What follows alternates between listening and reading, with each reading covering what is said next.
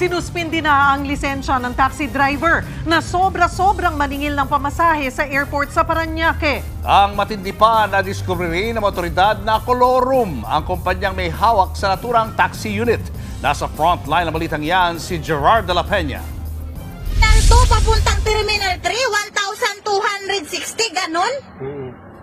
Ano yan? Viral online ang sagutan na yan ng pasahero at taxi driver.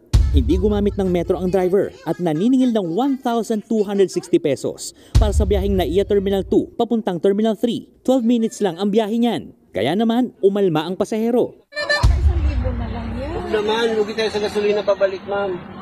1,100 na lang, sige 1,100. Kuya, grabe ang bahal ng ano mo. Kaya 1,100 na lang. Para na kami nagbiyahe ng probinsya. Kung alam lang natin, hindi na tayo nakita. Di na lang kami nag-ano, budol naman kayo. Hindi budol yan, pinaliwanag ko nga sa... Ano? Sa kabila niyan, nagbayad pa rin ng higit 1,000 ang pasahero. Ang insidenteng ito, nakarating si LTFRB at DOTR. At between Terminal 1 at Terminal 2 at Terminal 3, sobra naman yung 1,000, 1,200. Kalukuhan na yon.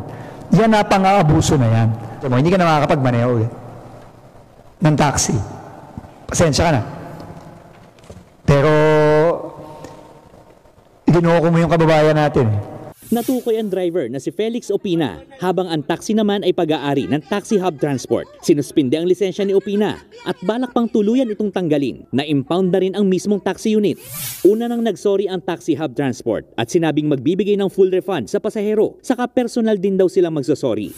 Yun nga lang, nabisto rin ng DOTR na pasuna ang provisional authority ng buong fleet ng Taxi Hub noon pang Abril. Ibig sabihin, Colorum ang 15 taxi nila. Padadalhan ng show cause order ang may-ari ng Taxi Hub at sampahan ng kaukulang kaso. Magsasagawa naman ng crackdown ng DOTR, LTO, LTFRB at pamunuan ng NAIA para masawata ang mga abusadong driver. Nagbabalita mula sa Frontline, Gerard de la Peña, News 5. Mga kapatid, Julius Babaw po. Iba na ang may alam at may pakialam sa panahon ngayon.